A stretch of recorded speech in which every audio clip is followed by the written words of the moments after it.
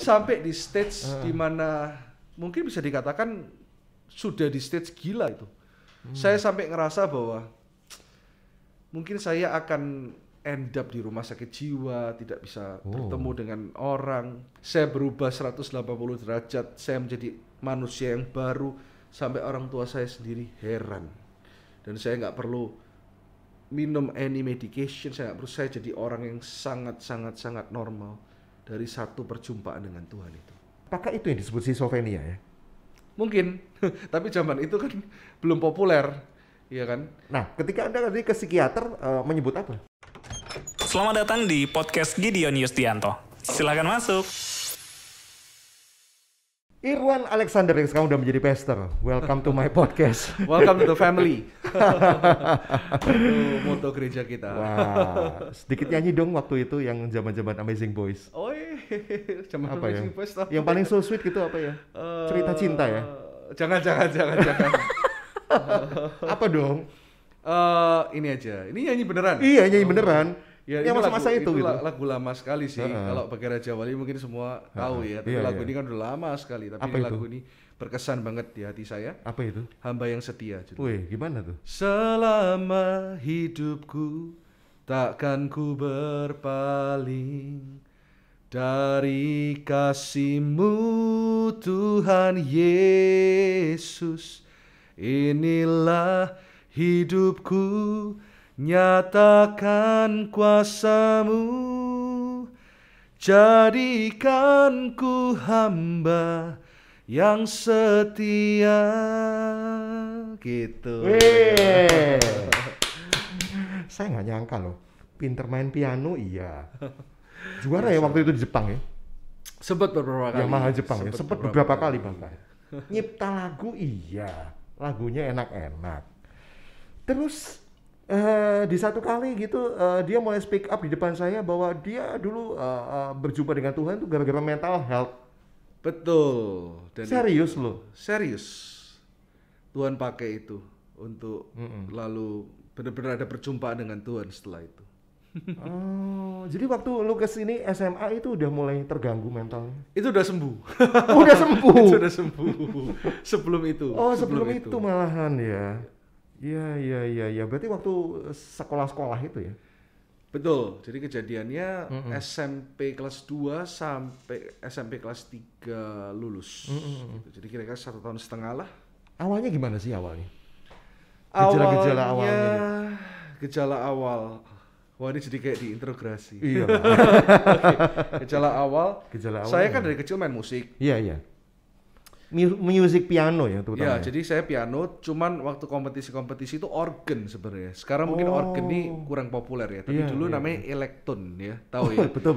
Elektron. Di gereja-gereja Katolik yang masih ada organ ya, tangan kanan, tangan kiri, pakai bass segala ya ada. Nah, waktu itu saya memang konsentrasi menjadi seorang musisi dan dulu saya itu impiannya pengen punya big band. Jadi kayak David Foster gitu zaman itu ya. Ngefans ya. Sekarang mungkin David Foster udah nggak sepopuler dulu. Jadi saya memang tidak pernah berpikir untuk dipanggil menjadi hamba Tuhan karena saya pengen memang berkarir di musik. Saya pengen punya memimpin sebuah orkestra dan sebagainya. Kalau di Indonesia tuh kayak ADMS gitu ya. Oke. Jadi music is your life lah gitu ya. Yes. Tapi part of your life bahkan. Dari kecil memang saya punya kecenderungan untuk punya memang saya punya sedikit gangguan mental tuh saya rasa dari kecil. Jadi saya bisa waktu saya masih umur 5 atau 6 tahun gitu ya. Saya suka nginep di rumah kakek nenek saya gitu ya. Saya panggilnya Kungkung Popo. Saya suka dengar suara-suara yang memang mengganggu pikiran saya. Jadi waktu saya pulang gitu ya, ini hal-hal yang mungkin kalau diceritakan kok aneh ya. Ternyata memang ada orang-orang juga yang mengalami hal seperti itu. Jadi misalnya saya taruh sendal di situ gitu ya, saya pulang. Terus sendal itu ya namanya sendal kan pasti nggak bisa presisi ditaruh di tempat yang sama, maksudnya benar-benar. Tapi ketika saya taruh di tempat berbeda dan melihat sendal itu pindah misal dari posisi sini ke sini gitu ya, itu tiba-tiba ada suara yang berkata, kamu harus kasih tahu Kungkung Popomu, opa omamu itu kalau enggak dia akan berpikir setan yang memindahkan gitu. Jadi hal-hal yang cukup aneh dan tidak dipikirkan oleh anak-anak seusia itu. Dan kadang-kadang saya bisa ketakutan sendiri untuk berbicara tentang sendal. Saya sampai waktu saya pulang ke rumah orang tua saya telepon gunggung bobo saya, opa oma saya gitu ya. Dan mereka merasa bahwa apa sih kok kamu nih ngomongin soal sandal pindah, sandal nggak di tempat itu. Karena saya nggak bisa mengungkapkan itu dan berkata nanti kalian takut kalau setan yang memindahkan gitu. Jadi ada suara-suara yang memang cukup mengganggu saya dari saya sejak usia 5-6 tahun. Dan itu hilang dan pergi. Dan saya masih ingat yang waktu parah-parahnya itu ketika saya SMP kelas 2. Kenapa? Itu saya bisa dengar suara di pikiran saya ya. Jadi bukan audible tapi di pikiran itu intens. Iya. Kamu Contohnya? contohnya kamu jalan berapa langkah kamu mati. Kamu kalau tidak mengutuk orang ini kamu tahu bahwa kamu harus mengutuk orang tuamu dan sebagainya. Jadi suara-suara yang memang benar-benar yang suara-suara yang sangat negatif yang membuat saya ketakutan sendiri. Jadi saya tuh bisa keringat dingin sendiri di rumah. Suara yang berkata kamu harus sampaikan ini ke orang tuamu, kalau tidak nanti orang tuamu mati dan sebagainya. Tapi itu negatif terus ya isinya yang mau disampaikan tuh ya. Dan waktu saya ketakutan saya tidak bisa cerita karena saya tahu orang tidak akan mengerti apa yang saya rasakan waktu itu. Saya tuh sampai komat kamit saya nggak sadar saya ngomong sendiri. Jadi benar-benar saya bisa kayak buka masker sedikit gitu ya. Jadi bisa kayak ngomong sendiri. Jadi kalau orang Surabaya ngomong tuh umi. Apa yang diomongin? Nggak tahu. Ya suara itu cuma berkata kamu harus ngomong ini kalau enggak orang tuamu mati. Ya saya ngomong aja apa yang suara itu waktu itu berbicara dalam pikiran saya. Dan saya waktu itu ketakutan. Saya cuma ngomong itu dan waktu ngomong itu pun saya takut karena itu suara-suara negatif. Negatif ya akan mati. Jadi saya bisa keringet dingin.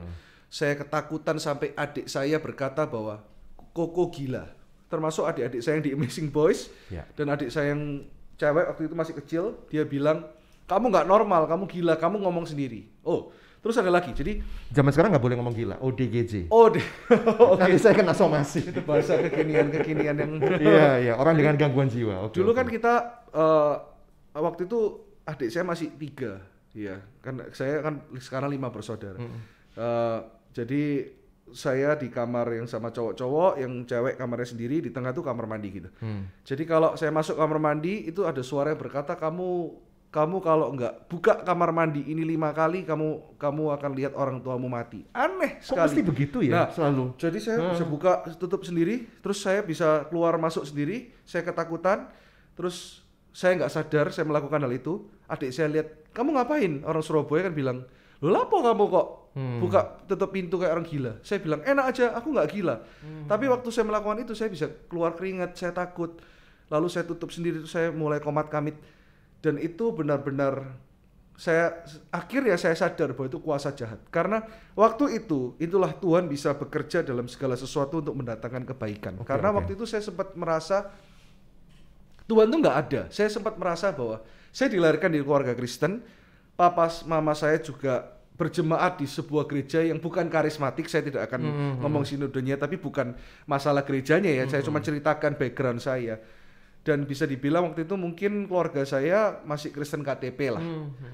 Dan saya waktu itu karena saya dianggap wah jenius dalam bidang musik, saya lumayan berprestasi karena zaman itu belum zaman sosial media. Jadi kalau saya lagi juara apa itu masuk koran gitu ya.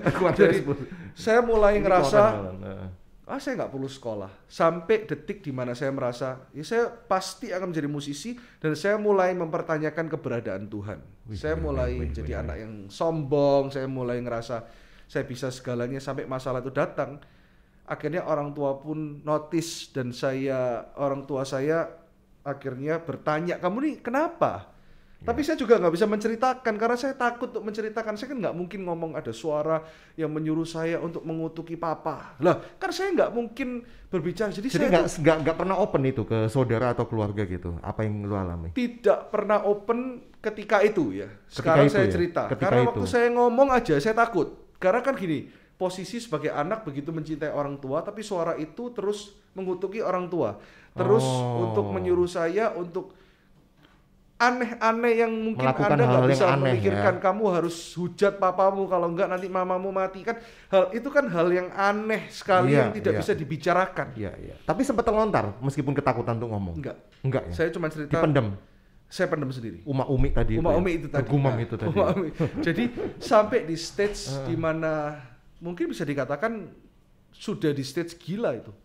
Saya sampai ngerasa bahwa mungkin saya akan end up di rumah sakit jiwa, tidak bisa bertemu dengan orang, tidak adalah pikiran untuk satu hari bisa menikah karena saya sudah selama 1,5 tahun itu saya hanya hidup dalam ketakutan. Di sekolah pun saya bisa takut kalau suara itu muncul, saya keringet dingin. Pernah muncul di sekolah? Oh sering, sampai Contohnya? teman-teman saya, ya contohnya waktu saya dulu sekolah di salah satu sekolah yang cukup terkenal lah di Di Surabaya. SMA Kristen Petra ya. Kok tahu aja sih. SMP waktu itu SMP, oh ya SMP. Jadi saya bisa umi di sekolah sampai teman saya beberapa notice waktu itu padahal saya lumayan berprestasi, saya ketua kelas. Wih. Gitu. Tapi sampai akhirnya itu berpengaruh ke prestasi saya di sekolah. Nilai saya drop gak karuan. Guru saya mulai notice, teman-teman saya mulai notice bilang kamu tuh kok aneh.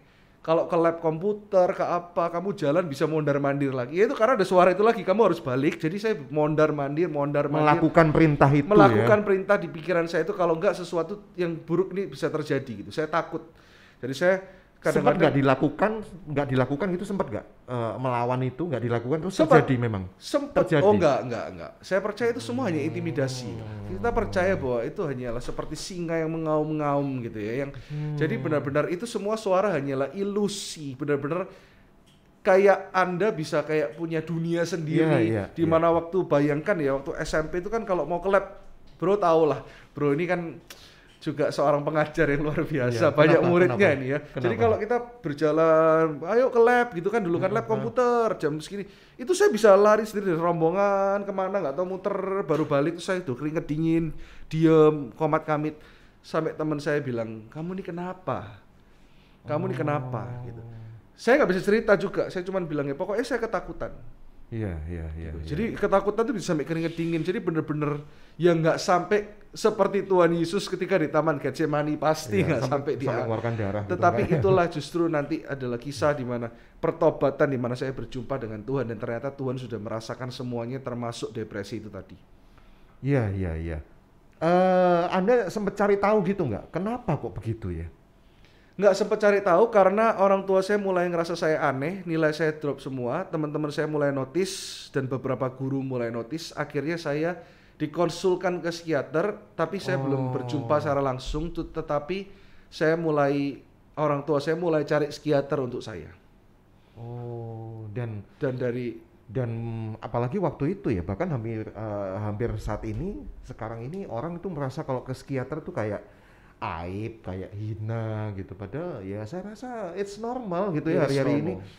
Isu tentang kesehatan jiwa ini sangat penting gitu, apalagi di masa-masa banyak orang susah, tekanan hidup banyak, ini makin banyak ya. Betul. Gitu ya. Karena dari survei saya punya satu sahabat yang luar biasa, namanya Bapak John Mantova ya. Dia seorang psikolog, counselor ya. Dia bisa dikatakan dia juga seorang psikolog. Dia mendalami hal-hal seperti ini. Ternyata 1 dari 4 orang di survei itu mengalami punya, saya nggak bilang sakit mental ya, tapi punya kecenderungan untuk depresi berat. Jadi 1 dari 4 di dunia ini. Jadi itu banyak sekali, bro. Tua gampat ini yang berat siapa ini? Saya. Semua sudah dilepaskan ini, semua sudah diselamatkan. Tapi gini, bahkan Pak John sendiri pernah dia terbuka dan sharing bahwa dia salah satu orang juga yang mengalami depresi yang cukup berat. Ya, saya juga kan, saya kan udah speak up bahwa saya juga gitu. Wow. Tapi kita semua udah ketemu Tuhan Yesus, puji Tuhan. Bro, ya. Sekarang kalau udah berjumpa itu rasanya berbeda sih ya. Betul. Kita kan pernah tahu rasanya itu dan kita Betul. pernah tahu rasanya sekarang gitu. Betul. Udah jauh berbeda Relief. gitu. Bro bisa lihat saya bisa cerita seperti ini dengan gamblang, dengan tidak ada trauma. Itulah Tuhan kita yang luar biasa, yang menyembuhkan inside out. Istilah kerennya sekarang kita udah menemukan mindfulness kita. Ya, betul. Jadi waktu itu saya pun juga gitu ya, nggak ada. Ini waktu saya depresi gitu ya, nggak ada apa-apa gitu, kayak di depan saya tiba-tiba ada film horor yang menakutkan dan saya mencekam gitu, tegang gitu. Wow, itu berapa tahun lalu, bro? Oh, ini barusan setelah saya kena COVID itu terjadi lagi. Gitu. Oh. Tapi sekarang ya sudah lah. Tuhan jamah, ya saya percaya. Iya. Tuhan bisa menjamah dengan caranya. Hanyalah singa yang mengaum-ngaum giginya, semua sudah rontok. Jangan pernah takut. Betul. Asal kita mau terbuka dan jangan pernah anti juga dengan psikiater. Iya. Jadi ketakutan itu real. Saya nggak bisa ngomong, kamu gitu aja kok dipikiri. Udahlah, nggak ada. Itu real ada. Ya, justru kalau ketika orang lain ngomong nggak ada itu menyakitkan hati kita gitu ya. Iya kan, pernah nggak misalnya orang lain gitu dari keluarga, apa sih nggak ada suara kok, apa sih gitu. Dulu pernah, saya ngalami itu. Nah makanya. Ya aneh-aneh lah Itu kamu kan kita ini. makin tertekan gitu ya. Ya, Kok saya yang aneh sendiri gitu ya. Dan kita juga ngerasa dikucilkan, kita merasa tidak dimengerti, kita merasa disepelekan. Ya. Apakah itu yang disebut schizophrenia ya? Mungkin, tapi zaman itu kan belum populer, ya kan? Nah, ketika Anda tadi ke psikiater menyebut apa? Nah, saya sebelum menjalani tes, tetapi psikiater kira-kira kan ada assessment. Iya. Jadi saya diprediksi saya harus minum obat seumur hidup. Obat apa itu? Ya, saya nggak tahu isinya apa ya, karena saya bukan dokter. Tapi waktu saya sekarang konseling beberapa orang, ada juga teman jemaatnya depresi, itu kan semacam obat, pasti ada obat penenang, campur dengan obat hormon, mungkin ya, dengan vitamin-vitamin, tetapi itu pasti lebih ke obat penenang yang menenangkan untuk orang-orang yang tadi schizophrenia atau bipolar. Sekarang kan musim dan itu bisa diprescribe benar-benar. Tetapi waktu itu saya bukan menolak, tapi saya takut, karena waktu itu saya masih sangat relatif muda. Dan saya seharusnya punya masa depan, tapi saya tidak bisa ngapa-ngapain. Ujian saya semua nilai semua jeblok semua, dan saya semakin terpuruk waktu itu. Orang tua saya pun sedih dan sampai suatu hari, makanya kenapa Tuhan itu bisa kirimkan siapa saja. Nah, di sekolah sekolah ceritanya nih? ada satu teman yang menginjil, memberitakan Injil kepada saya tiap hari. Sebenarnya ini teman. Ini teman, tapi mesra. Benar-benar enggak. Ini benar-benar teman, tapi memang wanita. Ini wanita. Jadi dia duduk, namanya juga SMP soalnya kan. Papi love. Memang Pak Gideon ini penuh urapan gitu ya. Jadi dia bisa karunia penglihatannya luar biasa. Bisa melihat teman saya perempuan gitu. Makanya saya perlu tegaskan, tapi mesra. Berarti tiap hari ya menginjili ya kan. Jadi tiap hari dia doakan saya. Itu saya cukup terbuka dengan dia, karena waktu itu dia pemimpin cell group di sebuah gereja waktu itu. Jadi dia duduk di bangku depan, itu kan semua bangku kan nggak kayak sekarang bro. Bangkunya kayu, meja kayu kecil, sekolah juga tanpa AC zaman itu kan. Iya betul. Jadi dia suka, waktu dia lihat saya, dia selalu bilang gini, tenang, ada Yesus, kamu cerita apa yang kamu alami. Lalu saya cerita kepada dia, saya mulai terbuka, kok saya dengar suara seperti ini. Dia doakan saya, dan doa itu memang sangat membuat hati saya damai. Bukan karena dia seorang, sekali lagi bukan karena teman tapi mesra, tapi benar-benar saya membutuhkan jawaban Tuhan. Sampai suatu hari, zaman itu masih zaman traktat bro, tahu ya? Jadi tahu. Pamflet gitu kan? Iya. Acara konser band ini itu kan masih pakai brosur. Iya. Apa? Dia bawa saya apa? dikasih sebuah traktat untuk saya datang ke acara KKR waktu itu. Oh, I see. Waktu saya pegang traktat, saya lihat ini apa sih? Ada kesaksian-kesaksian ini. Ini bohong. Kalau memang Tuhan ada, kok aku alami ini. Oh, sampai ngerasa gitu ya? Iya, saya ngerasa, ngapain juga KKR kayak gini. Saya bilang sama dia, udahlah, gak usah coba-coba untuk ajak saya. Saya udah Jadi capek. Anda sempat kecewa ya sama Tuhan ya berarti? Sempat kecewa, sempat mempertanyakan Tuhan ada atau tidak, sempat sudah menerima vonis bahwa ya udahlah, paling nanti gua akan ada di rumah sakit jiwa. Ya udah, karena ini memang keadaannya. Dokter bilang nggak apa-apa. Itu vonis sendiri atau suara itu yang menuntun? Vonis sendiri, karena saya sudah capek dengan suara itu, dan saya sudah capek ketakutan, sampai akhirnya dokter menyimpulkan karena anak ini terlalu nyeni katanya. Karena ini art, ini imajinasi. Karena saya kan ciptakan lagu waktu itu belum lagu rohani, masih lagu-lagu instrumental, saya main organ, nggak apa-apa, ini daya imajinasi dia. Wah, makanya kenapa saya katakan boleh ke psikiater, tapi pergilah ke psikiater yang mengenal Tuhan dan mengenal kebenaran firman Tuhan. Betul. Sampai akhirnya si teman saya itu, jadi kalau udah main piano gitu memang terbenam sungguh ya dalam dunia itu ya. Sebenarnya ini nggak ada hubungannya dengan bermain piano sih. Ini memang benar-benar gangguan mental saja, dan memang ini adalah pekerjaan setan. Karena saya tahu bahwa segala sesuatu, kalau orang bilang depresi itu ada, dan saya percaya segala sesuatu yang buruk pasti datangnya dari si jahat, kan gitu, simpel aja. Sampai akhirnya dia doakan saya terus, bahkan dia doa puasa untuk saya mau datang ke acara tersebut. Si temen ini ya? Si temen ini. Wow. Penasaran saya siapa dia. Coba saya cari tahu habis ini. Saya juga nggak tahu sekarang dia di mana. Oke, mungkin Anda sedang menonton ini, temannya si Irwan ini ya. Anda begitu luar biasa loh ya, jadi penyelamat yang luar biasa gitu. Akhirnya singkat cerita akhirnya datang. Akhirnya saya datang dengan berat hati, saya berpikir Dengan berat hati. ya udahlah, karena saya malu kan. Saya karena waktu itu kan Oke. cukup familiar lah dengan altar call. Apa saya mikir nggak mungkin lah saya maju altar call, malu. Ngapain juga, pasti banyak teman-teman saya juga ada di sana gitu. Loh, tapi sempat sudah altar call untuk pergumulan ini. Nah, enggak, ya. enggak, karena saya enggak pernah. Tapi Anda rasa bahwa itu tidak akan menjawab lah gitu. Iya, Maksudnya gitu saya rasa nggak akan menjawab lah. Saya Oke, ngerasa oke. gereja-gerejaan kayak gini, paling ya udahlah KKR paling Iya, orang iya, maju iya. emosi, Iya. pulang ya udahlah. Iya. Oke. Then what happened? Dan hari itu ketika seorang pendeta ini menantang untuk siswa-siswi itu bertobat, saya mulai merasa panas di tubuh saya yang nggak pernah saya rasakan. Dari atas kepala sampai ujung kaki saya gemeter. Dan saya masih ingat seorang pendeta muda itu menantang untuk semua orang yang mau terima Yesus Kristus maju. Dan jangan pernah ragu lagi karena ini kesempatanmu untuk kamu terima Tuhan. Waktu itu saya cuma ngerasa gini, saya tidak merasa diancam, saya tidak merasa suasana itu mencekam, tapi saya ngerasa ada seseorang yang mendorong saya untuk saya benar-benar maju ke depan. Dan waktu saya ditantang altar call itu saya sudah lupa masalah saya apa yang saya alami. Saya benar-benar lari ke depan, bro. Dan saya ini bukan jago lomba lari karena dulu saya cukup gemuk gitu ya. Saya lari ke depan sampai saya lebih maju dari pendetanya. Jadi bayangin ya kalau pendeta altar call di sini di jemaat, saya tuh lari sampai di depannya pendetanya. Ini yang jadi pendeta siapa gitu harus gitu ya. Dan saya dilawat Tuhan sampai acara KKR itu selesai, sampai orang-orang pada pulang. Saya masih didoakan sama pendoa dan saya nangis. Padahal saya waktu itu gengsi, saya nggak percaya kuasa Tuhan. Saya anak yang sombong, lumayan lah berapa kali masuk koran. Saya juara gitu loh, juara ya di Jepang. Dan saya udah antisipasi kalau ada altar call saya nggak mau maju karena paling nggak beberapa orang pasti tahu saya. Saya malu lah. Oh, itu juga yang membuat Anda itu akhirnya apa Menutup ya? diri. Menutup diri gitu. Dan saya nggak mau kelihatan fragile. Waduh, ini kan anak yang itu gitu ya, anak yang juara ini.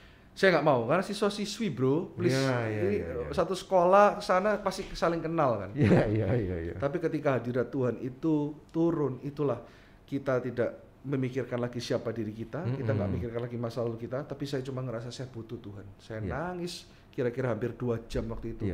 Dan saya dengar suara Tuhan Yesus berkata, I love you. Come to me. I love you. Itu sangat kuat sekali dalam hati saya. Dan supernaturally, you believe it or not, semua depresi yang saya alami 1,5 tahun itu, buyar semua seketika. suara yang mengganggu saya itu benar-benar buyar seketika. Satu jamahan Tuhan mengubahkan hidup saya selama-lamanya. Saya berubah 180 derajat, saya menjadi manusia yang baru, sampai orang tua saya sendiri heran. Dan saya nggak perlu minum any medication, saya jadi orang yang sangat normal dari satu perjumpaan dengan Tuhan itu.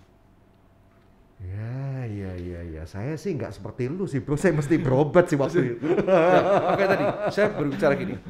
Saya mengalami hal supernatural dan setelah itu ini panjang ceritanya. Ini mungkin sinetron Korea kalah lah. Oh gitu, kenapa? Masih ada nextnya itu, jadi saya lebih peka dengan suara Tuhan. Saya setelah itu akhirnya saya tahu panggilan saya jadi hamba Tuhan. Saya waktu SMA kelas 2 saya mendapatkan penglihatan tentang Tuhan jelas sekali di mimpi saya. Ini nanti di podcast berikutnya aja kayaknya. Jadi saya benar-benar berubah menjadi seseorang cinta Tuhan dan saya jadi sangat peka dengan suara Tuhan. Saya sampai Tuhan itu datang dalam mimpi dan penglihatan itu 3 hari berturut-turut itu dalam mimpi saya. Oke. Jadi Anda ngerasa bahwa itu satu indera keenam, the sixth sense yang awalnya negatif terus kemudian jadi positif gitu atau gimana? Saya nggak percaya dengan indera keenam ini dan itu, tapi saya cuma percaya gini, bahwa Tuhan tuh bisa pakai siapa saja, itu aja. Dan Tuhan bisa menyembuhkan secara supranatural, tapi Tuhan juga bisa pakai psikiater. Nah, hari ini waktu saya jadi hamba Tuhan dan saya juga melayani beberapa orang seperti itu. Iya, Ada iya. yang disembuhkan secara supranatural, Iya. tapi ada juga yang disembuhkan melalui counseling. Karena di gereja kita pun ada beberapa orang-orang yang memang certified counselor. Mereka yang memang mengcounseling orang-orang depresi, yang mereka dulunya pernah depresi. Makanya kenapa saya tetap setuju dengan pengobatan. Saya tidak main apa itu namanya, hajar, pokoknya ditengking aja. Saya percaya dengan kuasa Tuhan, tapi Tuhan kan juga berdaulat. Tuhan mau sembuhkan secara supranatural atau Tuhan tetap bekerja secara supranatural melalui yang natural. Makanya kenapa Tuhan pakai orang-orang seperti Pak John Mantova. Tuhan pakai, siapa tahu satu hari Anda bukan cuma jadi pengkhotbah, bro. Anda bisa jadi counselor karena Anda pernah hari ini mengalami. sudah. Nah, Karena saya sudah mengalami, wow. jadi orang-orang Tepuk tangan tidak buat Yesus dong. Bro Gideon, Jadi luar mungkin biasa. orang lebih welcome, lebih nyaman, comfort karena kamu saya pernah mengalami alami itu. Betul. Saya Jadi juga saya- waktu oh, oke. betul. Jadi waktu Anda tumpang tangan, Anda juga tahu bahwa Tuhan pernah melepaskan Anda dari kuasa. Iya, saya pernah ada tahu di rasanya itulah situasi itu. Jadi ketika saya depresi dan saya mulai ngomong setelah saya dipulihkan, saya pikir saya bakal dihakimi, saya bakal dijauhi. Ya ada sih. Cuman lebih banyak saya kaget gitu. Oh, kamu tumbang juga ya ternyata gitu. Dan saya mungkin kalau sebut dia orang terkenal juga gitu. Tapi dia nggak malu karena kita pernah senasib gitu. Kita pernah di jalan yang sama dan Betul. ayo kita temukan jalan kasih Tuhan yang menyegarkan, yang memulihkan Betul, itu gitu ya. betul. Nah, jadi saya Iya, juga iya, percaya iya. bahwa hari-hari ini kalau Anda alami itu, datang ke orang yang tepat.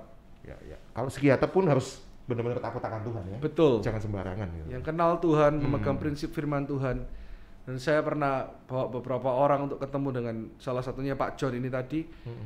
Itu benar-benar cara dia menyampaikan itu ada urapan di dalam hidup psikiater-psikiater orang-orang ini yang benar-benar memang dipakai Tuhan di bidangnya dan menolong banyak orang. Jangan anti juga dengan medication.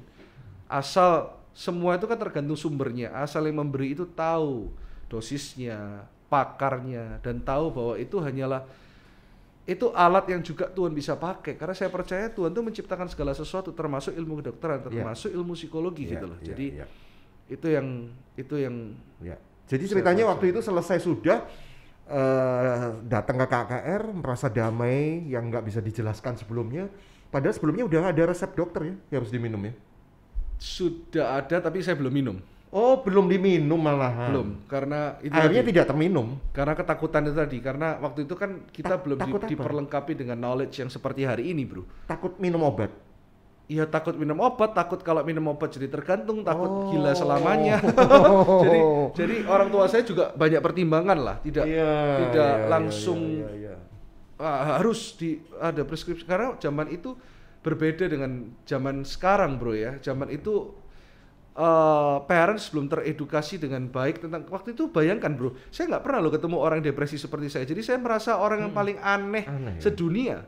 Karena bayangin tadi bro udah sebut ya, sekolah di Petra itu kan bro tahu sendiri kan, satu angkatan tuh bisa kelas 1 SMP atau kelas 2 SMP itu bisa 9 kelas, satu kelas 40 orang. Bayangkan dari ratusan orang itu saya tidak pernah menemukan satu orang pun yang seperti saya. Ya mereka nggak cukup open aja sih saya rasa. Mungkin, tapi kan paling enggak saya yang dinotis yang paling aneh dan umum itu tadi. Iya. Gitu. Petra Manyar lagi. Petra Manyar ya. Itu mungkin karena sekolahnya terlalu susah ya bro ya. Jadi gila. Mendingan ke Petra yang lain. Oh. Gak usah sebut merek. Ya itu tentang nggak ada hubungannya sama sekolah lah saya rasa. Iya, Semua bisa mengalami hal itu. Iya, Gitu, benar. itu canda aja lah. Jadi hari ini udah sekian puluh tahun udah dipulihkan kan? Iya. Nggak pernah kambuh lagi. Enggak. Sama sekali. Tuhan baik. Amin. Anda memandang ketika seseorang depresi itu sudah berbeda ya? Sangat berbeda. Karena itu tadi, 1 dari 4 orang punya kecenderungan itu. Ya. Saya pikir Anda tengking gitu dan Anda jauhi gitu. Oh no. Dan kita mesti tahu bahwa ini dunia nggak sempurna. Justru di dalam dunia yang tidak sempurna, kuasa Tuhan menjadi sempurna.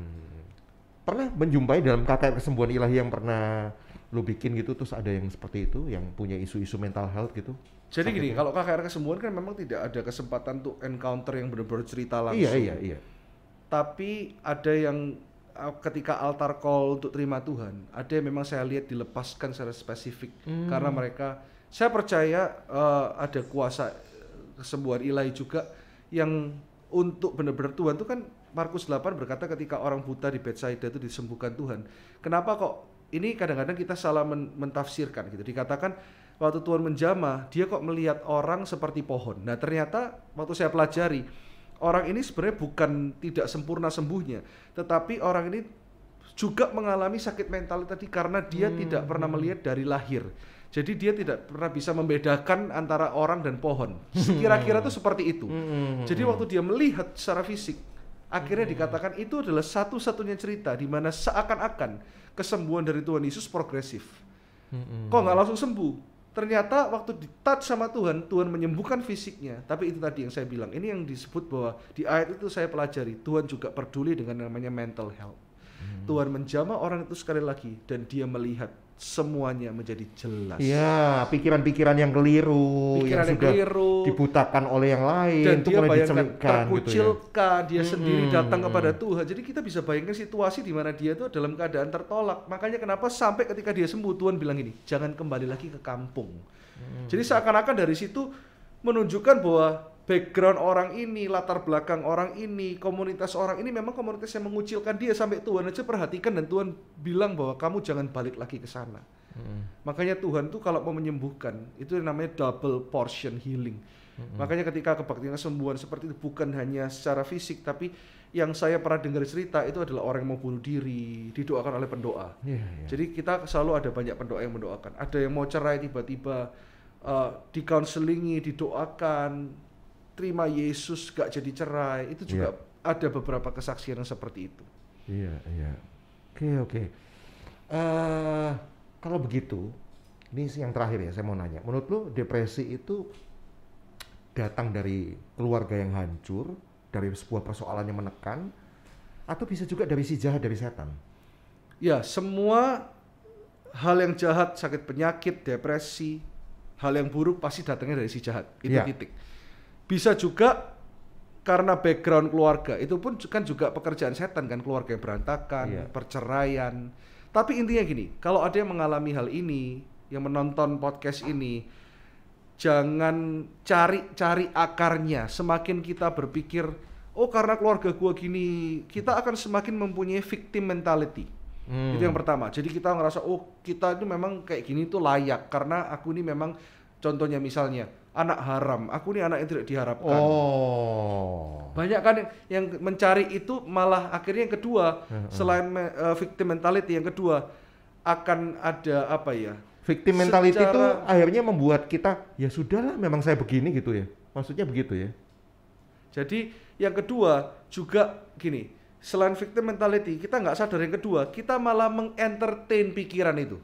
Iya toh, kalau semakin kita fokus kepada satu hal, kita nggak sadar, kita ini malah menyenangi hal itu dan mengimani itu. Menghidupi itu gitu ya. Kita malah ngerasa, oh iya, memang aku kayak gini. Oh iya, aku ini pantas kayak gini karena orang tua aku kayak gini. No. Lama-lama kita malah entertain itu. Yeah. Jadi apa yang harus kita lakukan adalah gini, pergi ke orang tepat.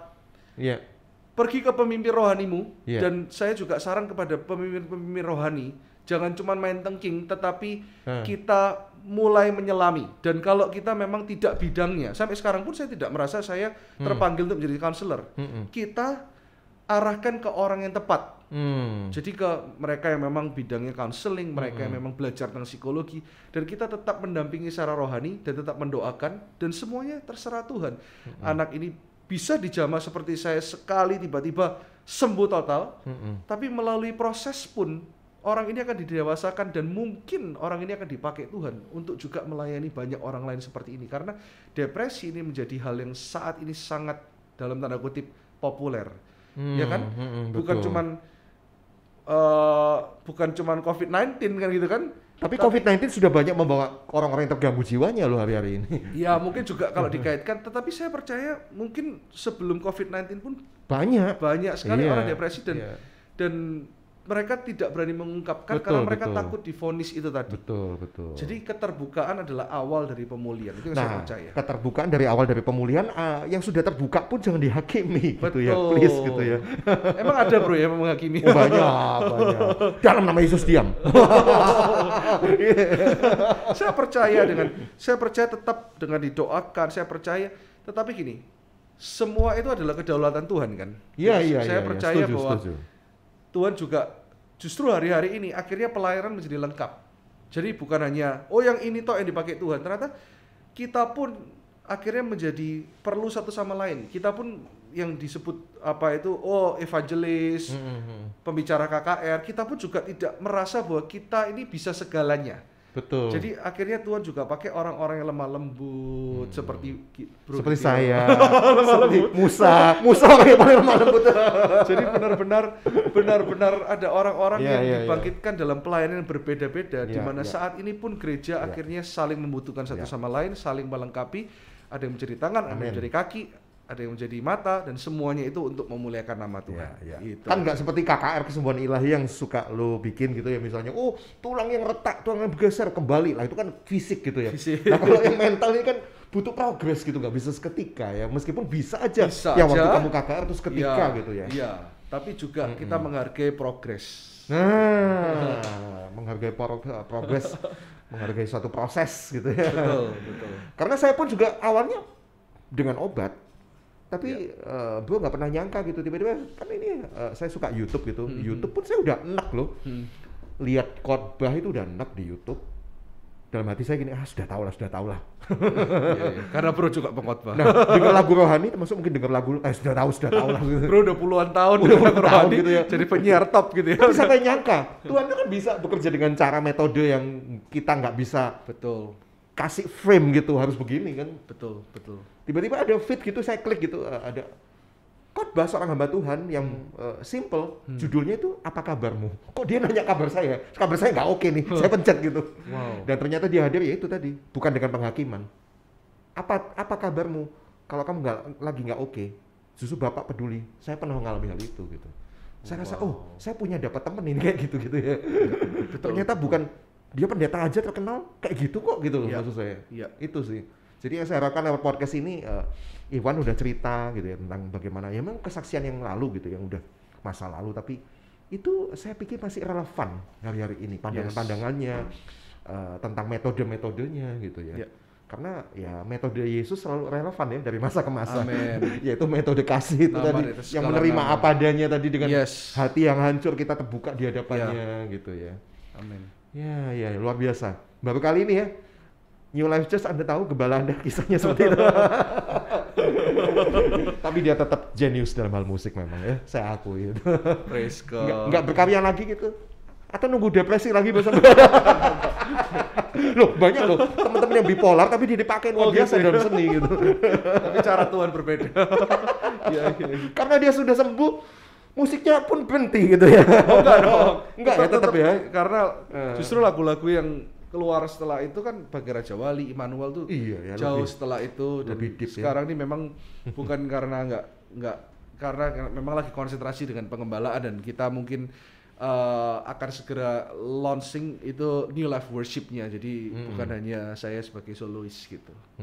Dan mungkin Amazing Boys Reborn. Mungkin bro tertarik karena kita lagi cari personil yang seperti I'm not boys anymore. itu. Makanya beberapa hamba Tuhan itu bercanda, sekarang bukan Amazing Boys lagi kan, udah Amazing Men. Iya. Baik, thank you bro. Sukses selalu so buat penggembalaannya. Thank you buat kesaksiannya. Kesempatannya, I'm so honored. See you di episode podcast yang berikutnya ya. Yes, God bless you. God bless you. Thank you. Terima kasih sudah menyimak podcast Gideon Yusdianto. Subscribe di channel Batra Yuda FM.